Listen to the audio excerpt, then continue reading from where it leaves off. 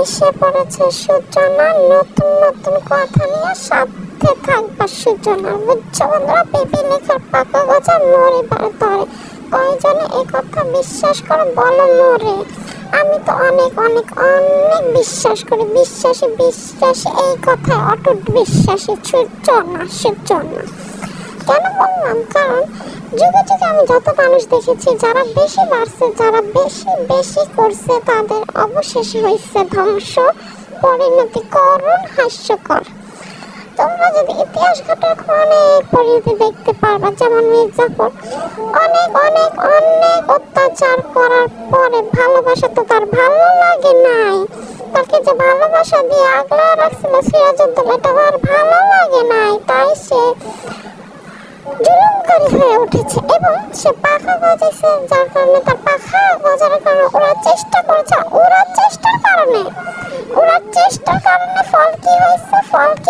ফল হয়েছে এটাই যে সে পৃথিবীতে সবার কাছে অপবাদ পাইছে, তার নাম নিয়ে মানুষ বকা দেয়, তার নাম নিয়ে মানুষ খারাপ বলে, আর কিছুই না। এখন আমাদের দেশে নতুন এক দল আসছে, যারাদের পাখা গজাইছে, ওরা চেষ্টা করতেছে আকাশে, তাদের নাম হলো ইসরায়েল। তারা নিজেদের ভাবতেছে তারা জানি কি মহা শয়তান আইসা পড়ছে, তারা শয়তানের বড় বাপ হয়ে গেছে, মানে কি বলবো, ভাষা নাই, শয়তানের উপরের লেভেলে। হায় রে, জ্ঞান আর বুদ্ধি দুইটার একটাও নাই। বিশ্বাস করো, যদি থাকতো তাহলে এরকম কাম তো করতো না। কারণ তাদের সে খুব শীঘ্রই ঘনে আসছে, দিন যে শেষ হয়ে যাইতেছে, এটা তারা বুঝতেছে না রে ভাই, বুঝতেছে না।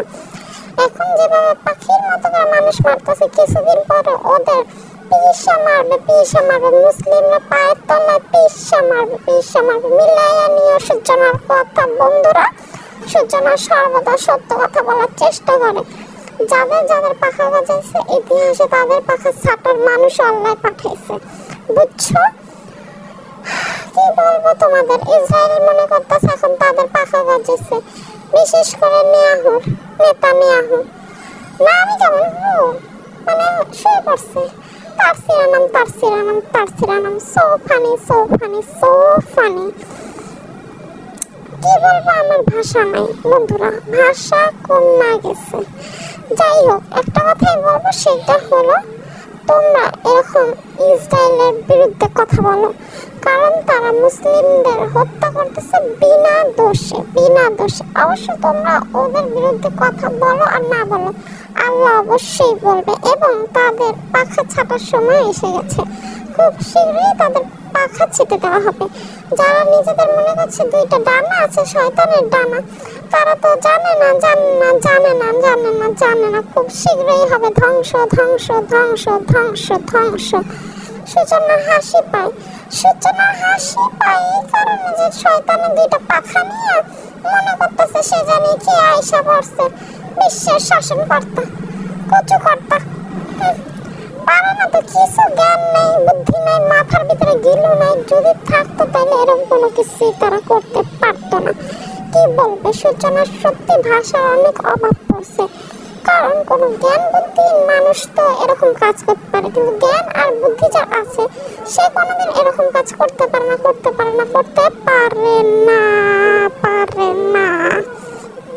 আমাকেই দেখো না, আমি তোমাদের সাথে মিলেমিশে থাকি, সকলের সাথে, আমি তোমাদের সাথে, আমার পরিবারের সাথে, আমার প্রিয়জনদের সাথে মিলেমিশে থাকি, তাদের সাথে কি সুন্দর করে থাকি। এখন যদি আমি তাদের সাথে ঝগড়া করি, মারপিট করি, তারপর ঝগড়া ফ্যাসাদ এগুলো করলে কি আমি টিকতে পারবো? তারা বুঝে না যে ফিলিস্তিনের সাথে লড়াই করলে পুরো মুসলিম বিশ্ব জেগে উঠবে এবং তাদের যে পিষে মারবে এই জ্ঞান তাদের নাই। একটা দুধের বাচ্চার এই জ্ঞান আছে, কিন্তু তাদের এই জ্ঞান নাই বন্ধুরা। তাদের মতো মূর্খ আর কেউ আছে? বড়ই দুঃখ লাগে তাদের জন্য, বড়ই দুঃখ লাগে আমার, যে তাদের একদিন মৃত্যু হবে, এমন ভাবে নিষ্ঠুর ভাবে এত কষ্ট দেওয়া হবে, তখন তাদের শিক্ষা হবেই হবে। জুলুমকারীদের, নির্যাতনকারীদের ধ্বংস হবেই হবে। সূচনার সাথে কারা একমত অবশ্যই বলবা বন্ধুরা। সূচনার সাথে তোমরা কারা কারা একমত কমেন্টে জানাবা।